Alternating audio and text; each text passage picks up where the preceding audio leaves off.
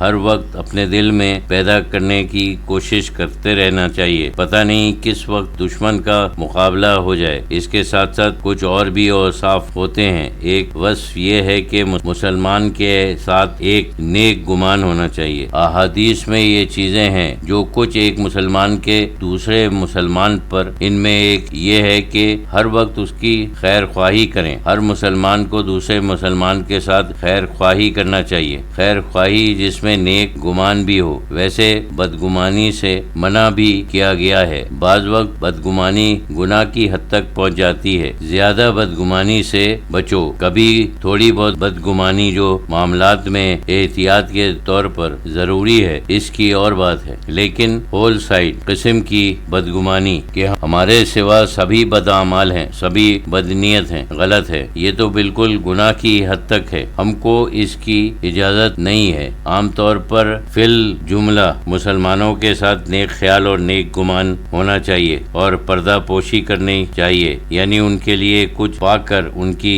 اچھائیوں کو ابھارنا چاہیے۔ یہ مسلمانوں کا کام ہے اور یہ اس کی صفت ہونی چاہیے۔ یہ بہت ضروری ہے۔ مثلا جہاد میں آپس میں بدگمانی ہے، خود بے اعتمادی ہے، تو کیسے کام چلے گا؟ اتحاد کے معنی یہی ہیں، ایک دوسرے کے ساتھ نیک گمان، ایک دوسرے کے ساتھ حسن ظن رکھے، ایک دوسرے پر بھروسہ کرے اور کچھ ہمدردی رکھے۔ یہ نہیں کہ ہر وقت ایک دوسرے کی برائی کریں۔ اتحاد اس طریقے سے نہیں ہو سکتا ہے، یہ بھی ایک فرض ہے، یہ اسلام میں ہے۔ اپنے اندر یہ عادت ڈالنا چاہیے، اور افواہ پر یقین کرنے کی عادت بھی ہمارے ملک میں بہت زیادہ ہے۔ قرآن شریف میں اس سے بھی منع کیا گیا ہے کہ جب کوئی خبر آئے تو جب تک تحقیق کرنے والے تحقیق نہ کر لیں، اس کی اشاعت نہ ہو۔ یہ جو صاف الفاظ میں قرآن شریف میں غالباً 2 دفعہ آیا ہے، یعنی اشاعت نہ کرو جب تک کہ جو اس قابل ہیں کہ تحقیق کریں تحقیق نہ کر لیں۔ اس کا موقع بھی یہ تھا کہ ایک شخص جس کی دشمنی سے بھی انہوں نے یہ افواہ پھیلائی کہ اس قبیلے نے زکوٰۃ دینے سے انکار کیا، جو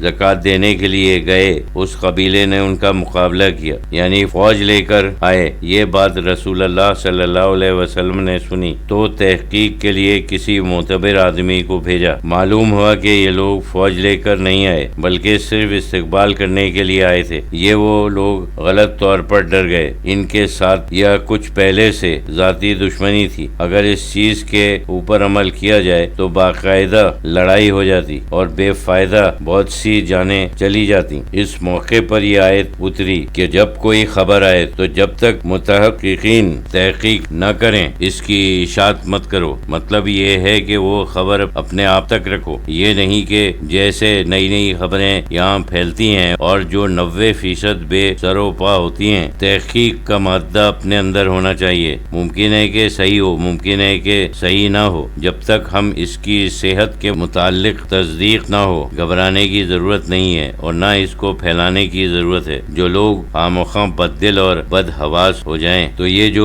ہوتا ہے، ہمارے اندر ایسے لوگ ہیں جو چاہتے ہیں کہ ہم بدحواس ہو جائیں۔ دشمن ہمیشہ بد دل اور بدحواس کرنے کی کوشش کرتا ہے۔ ہم ان کے کہنے میں کیوں آئیں کہ اب یہ ہونے والا ہے، اب یہ ہونے والا ہے۔ دشمن کا مقصد پورا ہونا یہ تو بڑی حماقت ہے۔ کوئی چیز حتمی نہیں۔ سچے واقعات جو ہیں وہ کبھی نہیں چھپتے۔ جھوٹے واقعات کے اوپر کبھی یقین نہیں کرنا چاہیے۔ یہ بھی جہاد میں ایک ضروری صفت ہے، جہاں میں یہ بھی ضروری ہے کہ ذات و عناد کے جھگڑے یا ذاتی پسند یا ناپسند کو بھی بالائے طاق رکھنا چاہیے۔ طبیعتوں کا فرق بھی ہوتا ہے اور ذاتی معاملات ہیں، لیکن جس وقت اسلام کے لیے اور اللہ کے دین کے لیے سب لڑ رہے ہیں اور جد و جہد کر رہے ہیں تو ان چیزوں کا کوئی مقام نہیں ہے۔ اس وقت ہم سب صرف مسلمان ہیں اور ایک مقصد کے لیے کام کر رہے ہیں۔ اس میں سب چیزوں کو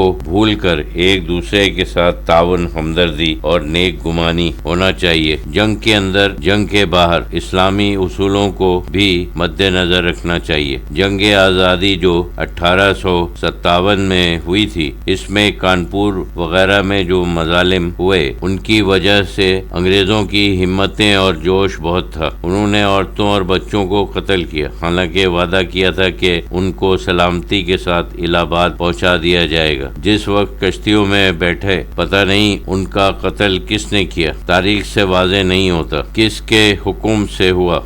وہ زمانے میں سربراہ تو ایک